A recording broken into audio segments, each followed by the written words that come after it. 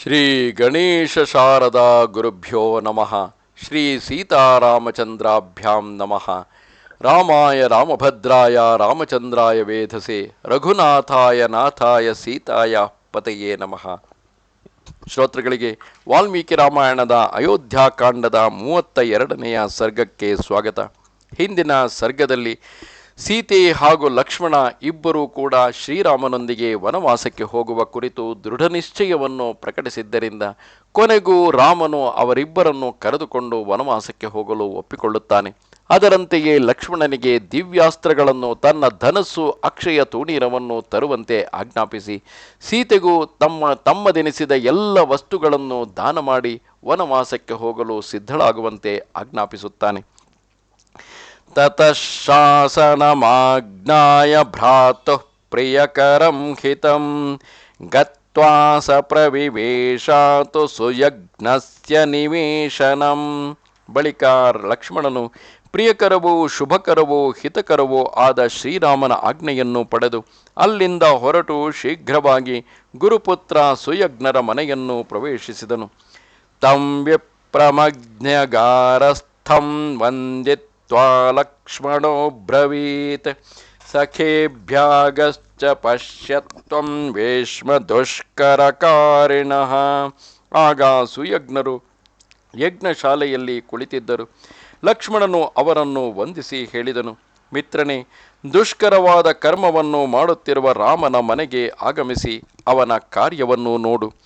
ತತಃ ಸಂಧ್ಯಾಮುಪಾಸ್ಥಾಯ ಗತ್ವಾ ಸೌಮಿತ್ ಸಹ ವೃದ್ಧಂ ಸಪ್ರಾವ್ಯಶಲ್ಲಕ್ಷ್ಮ್ಯಾ ರಮ್ಯಂ ರಾಮನಿವೇಶನಂ. ಸುಯಜ್ಞರು ಮಧ್ಯಾಹ್ನ ಕಾಲದ ಸಂಧ್ಯೋಪಾಸನೆಯನ್ನು ಪೂರೈಸಿ ಲಕ್ಷ್ಮಣನೊಂದಿಗೆ ಹೊರಟು ಲಕ್ಷ್ಮಿಯಿಂದ ಸಂಪನ್ನನಾದ ರಮಣೀಯ ಶ್ರೀರಾಮನ ಭವನವನ್ನು ಪ್ರವೇಶಿಸಿದನು.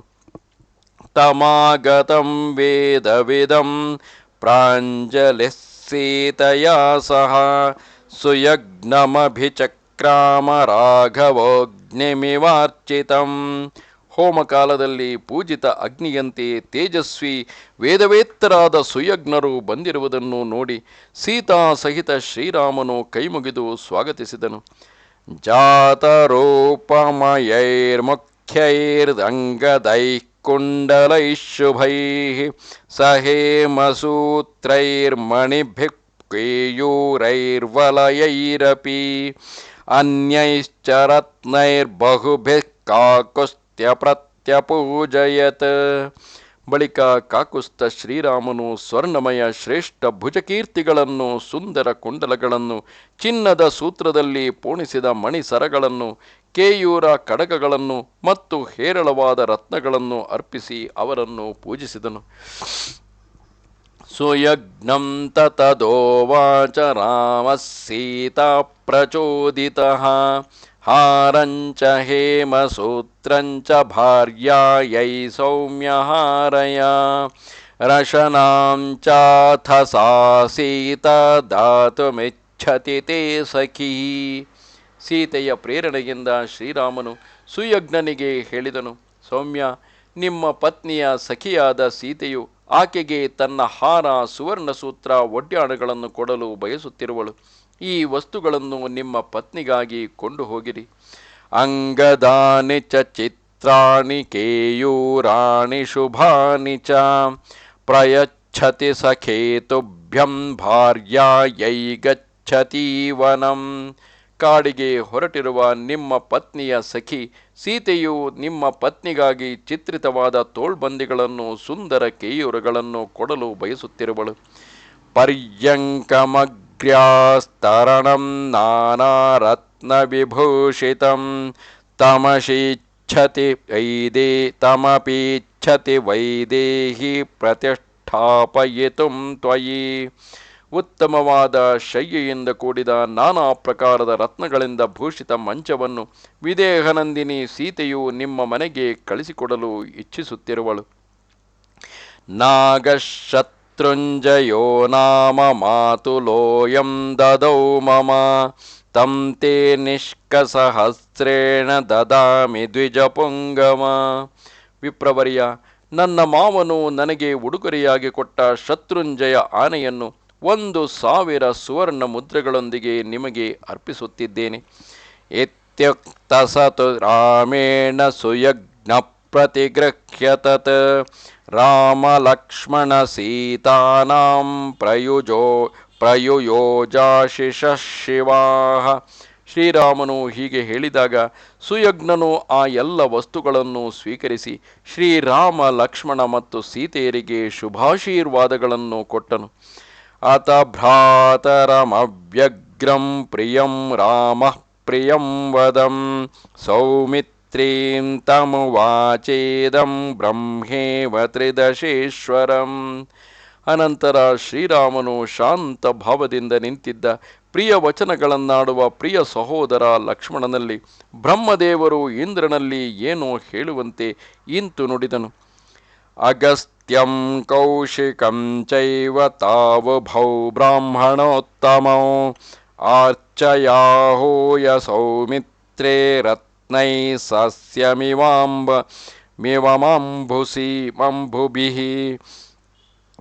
ತರ್ಪಯಸ್ವ ಮಹಾಬಾಹೋ ಗೋಸಹಸ್ರೇಣ ರಾಘವ ಸುವರ್ಣರಜತೈಶ್ಚೈವ ಮಣಿಭಿಶ್ಚ ಮಹಾಧನೈಃ. ಸುಮಿತ್ರಾನಂದನ ಅಗಸ್ತ್ಯ ಮತ್ತು ವಿಶ್ವಾಮಿತ್ರ ಇವರಿಬ್ಬರು ಉತ್ತಮ ಬ್ರಾಹ್ಮಣರನ್ನು ಕರೆಸಿ ರತ್ನಗಳಿಂದ ಅವರನ್ನು ಪೂಜಿಸು. ಮಹಾಬಾಹು ರಘುನಂದನ, ಮೋಡಗಳು ಮಳೆಯಿಂದ ಹೊಲವನ್ನು ತೃಪ್ತಿಪಡಿಸುವಂತೆಯೇ ನೀನು ಅವರಿಗೆ 1000 ಗೋವುಗಳನ್ನು, ಸ್ವರ್ಣಮುದ್ರೆಗಳನ್ನು, ಬೆಳ್ಳಿಯ ನಾಣ್ಯಗಳನ್ನು, ಅಮೂಲ್ಯವಾದ ಮಣಿಗಳಿಂದಲೂ ಸಂತುಷ್ಟಗೊಳಿಸು. ಕೌಸಲ್ಯಾಂಚಯ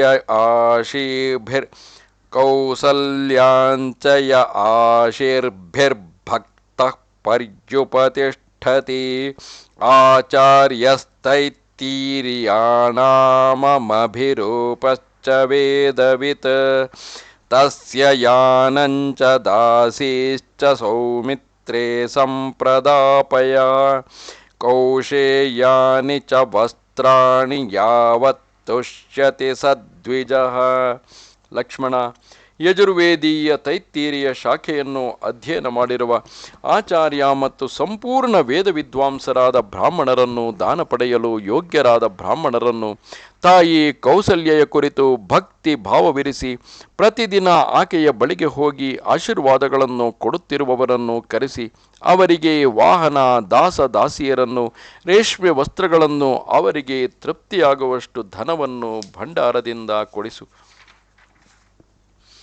ಸೂತಶ್ಚಿತ್ರರಥಶ್ಚಾರ್ಯಃ ಸಚಿವಃ ಶುಚಿರೋಷಿತಃ ತೋಷಯೈನಂ ಮಹಾರ್ಹೈಶ್ಚ ರತ್ನೈರ್ವಸ್ತ್ರೈರ್ಧನೈಸ್ತಥಾ ಪಶುಕಾಭಿಶ್ಚ ಸರ್ವಾಭಿರ್ಗವಾಂ ದಶಶತೇನ ಚ.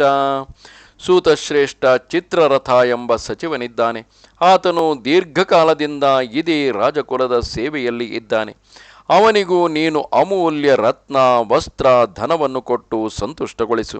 ಜೊತೆಗೆ ಅವನಿಗೆ ಉತ್ತಮ ಜಾತಿಯ ಆಡು ಮೊದಲಾದ ಪಶುಗಳನ್ನು, 1,000 ಹಸುಗಳನ್ನು ಅರ್ಪಿಸಿ ಸಂತೋಷಗೊಳಿಸು. ಏಚೇ ಮೇ ಕಠಕಾಲಾಪ ಬಹವೋ ದಂಡಮಾಣವಾಹ ನಿತ್ಯಸ್ವಾಧ್ಯಾಯಶೀಲತ್ವಾನ್ನಾನ್ಯತ್ ಕುರ್ವಂತಿ ಕಿಂಚನ ಅಲಸಾಸ್ವಾಧುಕಾಮಾಶ್ಚ ಮಹತಾಂ ಚಾಪಿ ಸಮ್ಮತಾಃ ತೇಷಾಮಶೀತಿಯಾನಾನಿ ರತ್ನಪೂರ್ಣಾನಿ ದಾಪಯ ಶಾಲಿವಾಹಸಹಸ್ರಂ ಚ ದ್ವೇಷತೆ ಭದ್ರಕಾಂಸ್ತಥಾ. ನನ್ನೊಂದಿಗೆ ಸಂಬಂಧವಿರಿಸಿಕೊಂಡ ಕಠಶಾಖೆ ಮತ್ತು ಕಲಾಪ ಶಾಖೆಯನ್ನು ಅಧ್ಯಯನ ಮಾಡುವ ಅನೇಕ ದಂಡಧಾರಿ ಬ್ರಹ್ಮಚಾರಿಗಳು ಸದಾ ಅಧ್ಯಯನದಲ್ಲಿ ಮುಳುಗಿದ್ದ ಕಾರಣ ಬೇರೆ ಯಾವ ಕೆಲಸವನ್ನೂ ಮಾಡುವುದಿಲ್ಲ. ಭಿಕ್ಷೆ ಎತ್ತಲು ಆಲಸಿಗಳಾಗಿದ್ದರೂ ರುಚಿಕರವಾದ ಅನ್ನವನ್ನು ಉಣ್ಣಲು ಬಯಸುತ್ತಾರೆ. ಮಹಾಪುರುಷರು ಅವರನ್ನು ಸಮ್ಮಾನಿಸುತ್ತಾರೆ. ಅವರಿಗೂ ರತ್ನಗಳನ್ನು ಹೇರಿದ 80 ಒಂಟೆಗಳನ್ನು, ಅಕ್ಕಿ ಮೂಟೆಗಳನ್ನು ಹೊತ್ತ 1,000 ಎತ್ತುಗಳನ್ನು, ಕಡಲೆ, ಹೆಸರು ಮುಂತಾದ ಧಾನ್ಯ ವಿಶೇಷಗಳಿಂದ ತುಂಬಿದ 200 ಬಂಡಿಗಳನ್ನು ಕೊಡಿಸು. ವ್ಯಂಜನಾರ್ಥಂಚ ಸೌಮಿತ್ರೇ ಗೋಸಹಸ್ರಮುಪಾಕುರು ಮೇಖಲೀನಾಂ ಮಹಾಸಂಘಃ ಸಕೌಸಲ್ಯಾಂ ಸಮುಪಸ್ಥಿತಃ ತೇಷಾಂ ಸಹಸ್ರಂ ಸೌಮಿತ್ರೇ ಪ್ರತ್ಯೇಕಂ ಸಂಪ್ರದಾಪಯ. ಸುಮಿತ್ರಾ ಕುಮಾರ, ಮೇಲೆ ಹೇಳಿದ ವಸ್ತುಗಳಲ್ಲದೆ ಅವರಿಗೆ ಮೊಸರು, ತುಪ್ಪ ಮೊದಲಾದ ವ್ಯಂಜನಗಳ ನಿಮಿತ್ತ 1,000 ಆಕಳುಗಳನ್ನು ಕಳಿಸಿಕೊಡು. ತಾಯಿ ಕೌಸಲ್ಯೆಯು ಮೇಖಲಾಧಾರಿ ಬಹಳ ದೊಡ್ಡ ಬ್ರಹ್ಮಚಾರಿ ಸಮುದಾಯವನ್ನು ಪೋಷಿಸುತ್ತಿರುವಳು. ಅವರಲ್ಲಿ ಪ್ರತಿಯೊಬ್ಬನಿಗೂ 1,000 ಸ್ವರ್ಣ ಮುದ್ರೆಗಳನ್ನು ಕೊಡಿಸು. ಅಂಬಾ ಯಥಾನೋ ನಂದೇಚ್ಚ ಕೌಸಲ್ಯಾ ಮಮ ದಕ್ಷಿಣಾ ತಥಾ ದ್ವಿಜಾತೀಂಸ್ತಾನ್ ಸರ್ವಾನ್ ಲಕ್ಷ್ಮಣಾರ್ಚಯ ಸರ್ವಶಃ. ಲಕ್ಷ್ಮಣ, ಆ ಎಲ್ಲ ಬ್ರಹ್ಮಚಾರಿ ಬ್ರಾಹ್ಮಣರಿಗೆ ನಾವು ಕೊಟ್ಟ ದಕ್ಷಿಣೆಯಿಂದ ನನ್ನ ತಾಯಿ ಕೌಸಲ್ಯೆಯು ಸಂತೋಷಪಡುವಂತೆ ಅವರೆಲ್ಲರನ್ನೂ ಎಲ್ಲ ರೀತಿಯಿಂದಲೂ ಪೂಜಿಸು. ತತಃ ಪುರುಷ ಶಾರ್ದೂಲಸ್ತದ್ಧನಂ ಲಕ್ಷ್ಮಣ ಸ್ವಯಂ ಯಥೋಕ್ತಂ ಬ್ರಾಹ್ಮಣೇಂದ್ರಾಣಮದದಾಧನದೋ ಯಥಾ. ಈ ರೀತಿ ಅಪ್ಪಣೆ ಪಡೆದು ಪುರುಷಸಿಂಹ ಲಕ್ಷ್ಮಣನು ಸ್ವತಃ ಕುಬೇರನಂತೆ ಶ್ರೀರಾಮನು ಹೇಳಿದಂತೆ ಆ ಶ್ರೇಷ್ಠ ಬ್ರಾಹ್ಮಣರಿಗೆ ಹೇರಳವಾಗಿ ಧನವನ್ನು ದಾನ ಮಾಡಿದನು. ಅಥಾ ಬ್ರವೀದ್ ಬಾಷ್ಪಗಲಾಂ ತಿಷ್ಠತಶ್ಚೋಪಜೀವಿನಃ ಸಪ್ರದಾಯ ಬಹುದ್ರವ್ಯಮೇಕೈಕಸ್ಯೋಪಜೀವನಂ ಲಕ್ಷ್ಮಣಸ್ಯ ಚ ಯದ್ವೇಷ್ಮ ಗೃಹಂಚ ಯದಿವಂ ಮಮ ಅಶೂನ್ಯಂ ರಾಮಮೇಕೈಕಂ ಯಾವದಾಗಮನಂ ಮಮ. ಅನಂತರ ಅಲ್ಲಿ ನಿಂತಿರುವ ದುಃಖದಿಂದ ಗಂಟಲು ಕಟ್ಟಿ ಹೋಗಿದ್ದ ತಮ್ಮ ಆಶ್ರಿತ ಸೇವಕರನ್ನು ಕರೆದು ಶ್ರೀರಾಮನು ಅವರಲ್ಲಿ ಒಬ್ಬೊಬ್ಬರಿಗೆ 14 ವರ್ಷ ಜೀವನ ನಿರ್ವಹಣೆಗೆ ಸಾಕಾಗುವಷ್ಟು ಹೇರಳವಾಗಿ ಧನವನ್ನು ಕೊಟ್ಟು ಅವರಲ್ಲಿ ಹೇಳುತ್ತಾನೆ, ನಾನು ಕಾಡಿನಿಂದ ಬರುವ ತನಕ ನೀವು ಲಕ್ಷ್ಮಣನ ಮತ್ತು ನನ್ನ ಭವನವನ್ನು ಬಿಟ್ಟು ಎಲ್ಲಿಗೂ ಹೋಗಬಾರದು, ಎಂದರೆ ಅದನ್ನು ಬರಿದಾಗಿಸಬಾರದು. ಇತ್ಯುಕ್ತ್ವಾ ದುಃಖಿತಂ ಸರ್ವಂ ಜನಂ ತಮುಪಜೀವಿನಂ ಉವಾಚೇದಂ ಧನಾಧ್ಯಕ್ಷಂ ಧನಮಾನೀಯತಾಂ ಮಮ. ಆ ಎಲ್ಲ ಸೇವಕರು ಶ್ರೀರಾಮನ ವನಗಮನದಿಂದ ಬಹಳ ದುಃಖಿತರಾಗಿದ್ದರು. ಅವರಿಗೆ ಸಾಂತ್ವನ ಹೇಳಿ ಶ್ರೀರಾಮನು ತನ್ನ ಧನಾಧ್ಯಕ್ಷ ಅಂದರೆ ಖಜಾಂಚಿಯಲ್ಲಿ ಭಂಡಾರದಲ್ಲಿ ಇರುವ ನನ್ನ ಎಲ್ಲ ಧನವನ್ನು ಇವರಿಗೆ ಕೊಟ್ಟುಬಿಡು ಎಂದು ಹೇಳಿದನು. ತತೋಸ್ಯ ಧನಮಾಜಹ್ನುಃ ಸರ್ವ ಏವೋಪಜೀವಿನಃ ಸರಾಶೇಸು ಮಹಾಂಸ್ತತ್ರ ದರ್ಶನೀಯೋ ಹೃದೃಶ್ಯತ. ಅದನ್ನು ಕೇಳಿ ಆ ಸೇವಕರು ಧನವನ್ನು ಹೊತ್ತುಕೊಂಡು ಹೋಗತೊಡಗಿದರು. ಅಲ್ಲಿ ಆ ಧನದ ಬಹಳ ದೊಡ್ಡ ರಾಶಿಯೇ ಕಂಡುಬಂತು. ಅದು ನೋಡಲು ಯೋಗ್ಯವಾಗಿತ್ತು. ತತಃ ಸ ಪುರುಷವ್ಯಾಘ್ರಸ್ತದ್ಧನಂ ಸಹ ಲಕ್ಷ್ಮಣಃ ದ್ವಿಜೇಭ್ಯೋ ಬಾಲವೃದ್ಧೇಭ್ಯಃ ಕೃಪಣೇಭ್ಯೋ ಹ್ಯದಾಪವತ್. ಆಗ ಲಕ್ಷ್ಮಣ ಸಹಿತ ಪುರುಷಸಿಂಹ ಶ್ರೀರಾಮನು ಬಾಲಕರು ಮತ್ತು ವೃದ್ಧ ಬ್ರಾಹ್ಮಣರಿಗೆ ಹಾಗೂ ದೀನ ದುಃಖಿತರಿಗೆ ಆ ಎಲ್ಲ ಧನವನ್ನು ಹಂಚಿಬಿಟ್ಟನು.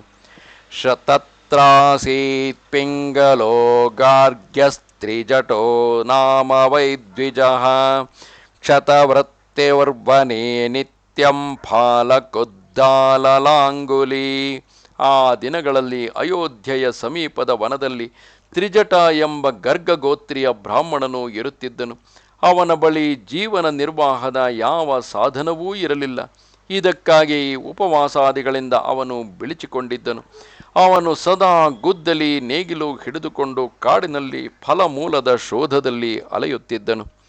ಸವೃದ್ಧಂ ತರುಣೀ ಭಾರ್ಯಾ ಬಾಲಾನಾದಾಯ ದಾರಕಾನ್ ಅಬ್ರವೀದ್ ಬ್ರಾಹ್ಮಣಂ ವಾಕ್ಯಂ ಸ್ತ್ರೀಣಾಂ ಭರ್ತಾ ಹಿ ದೇವತಾ ಅಪಾಸ್ಯ ಫಾಲಂ ಕುದ್ದಾಲಂ ಕುರುಷ್ವ ವಚನಂ ಮಮ ರಾಮಂ ದರ್ಶಯ ಧರ್ಮಜ್ಞಂ ಯದಿ ಕಿಂಚಿದವಾಪ್ಸ್ಯಸಿ.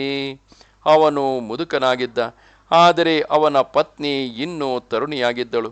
ಆಕೆಯು ಪುಟ್ಟ ಮಗುವನ್ನೆತ್ತಿಕೊಂಡು ಗಂಡನಲ್ಲಿ, ಪ್ರಾಣನಾಥ, ಸ್ತ್ರೀಯರಿಗೆ ಪತಿಯೇ ದೇವತೆಯಾಗಿರುವನು. ಆದ್ದರಿಂದ ನಿಮಗೆ ಆದೇಶಿಸುವ ಅಧಿಕಾರ ನನಗಿಲ್ಲ. ಆದರೂ ನಾನು ನಿಮ್ಮ ಭಕ್ತಳಾಗಿರುವೆನು. ಅದಕ್ಕಾಗಿ ವಿನಯಪೂರ್ವಕವಾಗಿ ತಮ್ಮಲ್ಲಿ ಬೇಡಿಕೊಳ್ಳುವೆ. ನೀವು ಈ ಗುದ್ದಲಿ ನೊಗವನ್ನು ಎಸೆದು ಬಿಟ್ಟು ಧರ್ಮಜ್ಞನಾದ ಶ್ರೀರಾಮನನ್ನು ಭೇಟಿಯಾಗಿ. ನೀವು ಹೀಗೆ ಮಾಡಿದರೆ ಅಲ್ಲಿ ಅವಶ್ಯವಾಗಿ ಏನಾದರೂ ಸಿಗಬಹುದು. ಸಭಾರ್ಯಾಯಾವಚ ಶ್ರುತ್ವಾ ಶಾಟೀಮಾಚ್ಛಾದ್ಯ ದುಶ್ಚದಾಂ ಸಪ್ರಾತಿಷ್ಠತ ಪಂಥಾನಂ ಯತ್ರ ರಾಮ ನಿವೇಶನಂ. ಪತ್ನಿಯ ಮಾತನ್ನು ಕೇಳಿ ಬ್ರಾಹ್ಮಣನು ಹರಿದ ಪಂಚೆವುಟ್ಟು ಕಷ್ಟದಿಂದ ಶರೀರವನ್ನು ಮುಚ್ಚಿಕೊಂಡನು. ಅವನು ಶ್ರೀರಾಮಚಂದ್ರನ ಭವನವಿರುವ ದಾರಿಯನ್ನು ಹಿಡಿದನು. ಭೃಗ್ವಂಗಿರಃ ಸಮಂ ದೀಪ್ತ್ಯಾ ತ್ರಿಜಟಂ ಜನಸಂಸದಿ ಅಪಂಚಮಾಯಃ ಕಕ್ಷ್ಯಾಯ ನೈತಂ ಕಶ್ಚಿದವಾರಯತ್. ಭೃಗು ಮತ್ತು ಅಂಗೀರಸ್ಸುವಿನಂತೆ ತೇಜಸ್ವಿ ತ್ರಿಜಟನು ಜನಸಮುದಾಯದ ನಡುವೆ ನುಸುಳಿ ಶ್ರೀರಾಮ ಭವನದ 5ನೆಯ ಹಜಾರಕ್ಕೆ ಹೋದನು. ಆದರೆ ಅವನನ್ನು ಯಾರೂ ತಡೆಯಲಿಲ್ಲ. ಸರಾಮಮಾಸಾದ್ಯ ತದಾ ತ್ರಿಜಟೋ ವಾಕ್ಯಮಬ್ರವೀತ್ ನಿರ್ಧನೋ ಬಹುಪುತ್ರೋಸ್ಮಿ ರಾಜಪುತ್ರ ಮಹಾಬಲ ಕ್ಷತವೃತ್ತಿರ್ವನೇ ನಿತ್ಯಂ ಪ್ರತ್ಯವೇಕ್ಷಸ್ವ ಮಾಮಿತಿ. ಆಗ ಶ್ರೀರಾಮನ ಬಳಿಗೆ ಹೋಗಿ ತ್ರಿಜಟನು ಹೇಳಿದನು, ಮಹಾಬಲಿ ರಾಜಕುಮಾರ, ನಾನು ನಿರ್ಧನನಾಗಿದ್ದೇನೆ. ನನಗೆ ಅನೇಕ ಮಕ್ಕಳಿದ್ದಾರೆ. ಜೀವನ ನಿರ್ವಾಹ ಕಷ್ಟವಾದ್ದರಿಂದ ಸದಾ ಕಾಡಿನಲ್ಲೇ ಇರುತ್ತೇನೆ. ನೀನು ನನ್ನ ಮೇಲೆ ಕೃಪಾದೃಷ್ಟಿಯನ್ನು ಬೀರು. ತಮುವಾಚ ತಥೋ ರಾಮಃ ಪರಿಹಾಸ ಸಮನ್ವಿತಂ ಗವಾಂ ಸಹಸ್ರಮಶೈಕಂ ಗವಾಂ ಸಹಸ್ರಮಪ್ಯೇಕಂ ನ ಚ ವಿಶ್ರಾಣಿತಂ ಮಯಾ ಪರಿಕ್ಷಿಪಸಿ ದಂಡೇನ ಯಾವತ್ತಾವದವಾಪ್ಸ್ಯಸೆ. ಆಗ ಶ್ರೀರಾಮನು ವಿನೋದದಿಂದ ಹೇಳಿದನು, ಬ್ರಾಹ್ಮಣ, ನನ್ನ ಬಳಿ ಅಸಂಖ್ಯ ಗೋವುಗಳಿವೆ. ಇವುಗಳಲ್ಲಿ 1,000ವನ್ನು ನಾನು ಯಾರಿಗೂ ಇಷ್ಟರವರೆಗೆ ದಾನ ಮಾಡಲಿಲ್ಲ. ನೀವು ನಿಮ್ಮ ದಂಡವನ್ನು ಎಷ್ಟು ದೂರ ಎಸೆಯಬಲ್ಲಿರೋ ಅಲ್ಲಿಯವರೆಗಿನ ಎಲ್ಲ ಗೋವುಗಳು ನಿಮ್ಮದಾಗುವವು. ಸಶಾಟೀಂ ಪರಿತಷ್ಕಟ್ಯಾಂ ಸಂಭ್ರಾಂತಃ ಪರಿವೇಷ್ಟ್ಯತಾಂ ಅವಿಧ್ಯದಂಡಂ ಚಿಕ್ಷೇಪ ಸರ್ವ ಪ್ರಾಣೇನ ವೇಗತಃ. ಇದನ್ನು ಕೇಳಿ ಅವನು ಲಘು ಬಗೆಯಿಂದ ಪಂಚೆಯನ್ನು ಸೊಂಟಕ್ಕೆ ಗಟ್ಟಿಯಾಗಿ ಕಟ್ಟಿ ತನ್ನ ಎಲ್ಲ ಬಲವನ್ನು ಹಾಕಿ ದಂಡವನ್ನು ಬೀಸಿ ವೇಗವಾಗಿ ಎಸೆದನು. ಸತೀರ್ಥಾಸರಯೋಪಾರಂ ದಂಡಸ್ತಸ್ಯ ಕರಾಚ್ಯುತಃ ಗೋವ್ರಜೇ ಬಹು ಸಾಹಸ್ರೇ ಪಪಾತೋ ಕ್ಷಣ ಸಂಸಧೌ. ಬ್ರಾಹ್ಮಣನು ಎಸೆದಿರುವ ಆ ದಂಡವು ಸರಯೂ ನದಿಯ ಆಚೆ ದಡದಲ್ಲಿರುವ 1000 ಗೋವುಗಳ ಹಟ್ಟಿಯಲ್ಲಿ ಒಂದು ಗೂಳಿಯ ಬಳಿಗೆ ಹೋಗಿಬಿತ್ತು. ತಂ ಪರಿಷ್ವಜ್ಯ ಧರ್ಮಾತ್ಮಾ ಅತಸ್ಮಾತ್ ಸರಯೂ ತಟಾತ್ ಅನಯಾಮಾಸ ತಾಗಾವಸ್ತ್ರಿಜಟಸ್ಯಾಶ್ರಮಂ ಪ್ರತಿ. ಧರ್ಮಾತ್ಮ ರಾಮನು ತ್ರಿಜಟನನ್ನು ಅಪ್ಪಿಕೊಂಡು ಸರಯೂ ತಟದಿಂದ ಹಿಡಿದು ಆಚೆಯ ದಡದಲ್ಲಿ ಬಿದ್ದಿರುವ ದಂಡದ ಸ್ಥಾನದವರೆಗಿನ ಎಲ್ಲ ಗೋವುಗಳನ್ನು ತ್ರಿಜಟನ ಆಶ್ರಮಕ್ಕೆ ಕಳಿಸಿಕೊಟ್ಟನು. ಉವಾಚ ಚ ತದಾ ರಾಮಸ್ತಂ ಗಾರ್ಘ್ಯಮಭಿ ಸಾಂತ್ವಯನ್ ಮನ್ಯುರ್ನ ಖಲು ಕರ್ತವ್ಯ ಪರಿಹಾಸೋ ಹ್ಯಯಂ ಮಮ. ಆಗ ಶ್ರೀರಾಮನು ಗರ್ಗವಂಶಿ ತ್ರಿಜಟನನ್ನು ಸಾಂತ್ವನಗೊಳಿಸುತ್ತಾ ಹೇಳಿದನು, ವಿಪ್ರೋತ್ತಮನೇ, ನಾನು ವಿನೋದದಿಂದ ಈ ಮಾತು ಹೇಳಿದ್ದೆ. ತಾವು ಬೇಸರ ಪಡಬಾರದು. ಇದಂ ಹಿ ತೇಜಸ್ತವ ಯದ್ಧುರತ್ಯಯಂ ತದೇವ ವಿಜಿಜ್ಞಾಸಿತುಮಿಚ್ಛತಾ ಮಯಾ ಇಮಂ ಭವಾನರ್ಥಮಭಿ ಪ್ರಚೋದಿತೋ ವೃಣೀಶ್ವ ಕಿಂಚೇದಪರಂ ವ್ಯವಸ್ಯಸಿ. ನಿಮ್ಮ ಈ ದುರ್ಲಂಘ್ಯ ತೇಜವನ್ನು ತಿಳಿಯಲಿಕ್ಕಾಗಿಯೇ ನಾನು ನಿಮಗೆ ದಂಡವನ್ನು ಎಸೆಯಲು ಪ್ರೇರೇಪಿಸಿದ್ದೆ. ನೀವು ಇನ್ನೂ ಏನಾದರೂ ಬೇಕಿದ್ದರೆ ಬೇಡಿಕೊಳ್ಳಿರಿ. ಬ್ರವೀಮಿ ಸತ್ಯೇನ ನ ತೇ ಸ್ಮ ಯಂತ್ರಣಾಂ ಧನಂ ಹಿ ಯದ್ಯನ್ ಮಮ ವಿಪ್ರಕಾರಣಾತ್. ನಾನು ಭವತ್ಸು ಸದ್ಮ್ಯಕೃತಿಪಾದನೇನ ಮಯಾರ್ಜಿತಂ ಚೈವ ಯಶಸ್ಕರಂ ಭವೇತ್. ನಾನು ಸತ್ಯವಾಗಿ ಹೇಳುತ್ತೇನೆ, ನೀವು ಯಾವುದೇ ಸಂಕೋಚ ಪಡಬೇಡಿ. ನನ್ನ ಬಳಿ ಇರುವ ಎಲ್ಲ ಧನವು ಬ್ರಾಹ್ಮಣರಿಗಾಗಿಯೇ ಇದೆ. ನಿಮ್ಮಂತಹ ಬ್ರಾಹ್ಮಣರಿಗೆ ಶಾಸ್ತ್ರವಿಧಿಗನುಸಾರ ದಾನ ಮಾಡುವುದರಿಂದ ನಾನು ಗಳಿಸಿದ ಧನವು ನನ್ನ ಯಶವನ್ನು ಅಭಿವೃದ್ಧಿಪಡಿಸುವುದು. ತತಃ ಸ ಭಾರ್ಯಾಸ್ತ್ರಿಜಟೋ ಗವಾಮನೀಕಂ ಪ್ರತಿಗೃಹ್ಯ ಮೋದಿತಃ ಯಶೋಬಲಪ್ರೀತಿ ಸುಖೋಪಬ್ರಹ್ಮಿಣೀಸ್ತದಾಶಿಷ ಪ್ರತ್ಯವದನ್ ಮಹಾತ್ಮನಃ. ಗೋವುಗಳ ಆ ದೊಡ್ಡ ಗುಂಪನ್ನು ಪಡೆದು ಪತ್ನಿ ಸಹಿತ ಮಹಾಮುನಿ ತ್ರಿಜಟನಿಗೆ ಬಹಳ ಸಂತೋಷವಾಯಿತು. ಅವನು ಮಹಾತ್ಮ ಶ್ರೀರಾಮನಿಗೆ ಯಶ, ಬಲ, ಪ್ರೀತಿ ಹಾಗೂ ಸುಖ ಹೆಚ್ಚುವಂತೆ ಆಶೀರ್ವದಿಸತೊಡಗಿದನು.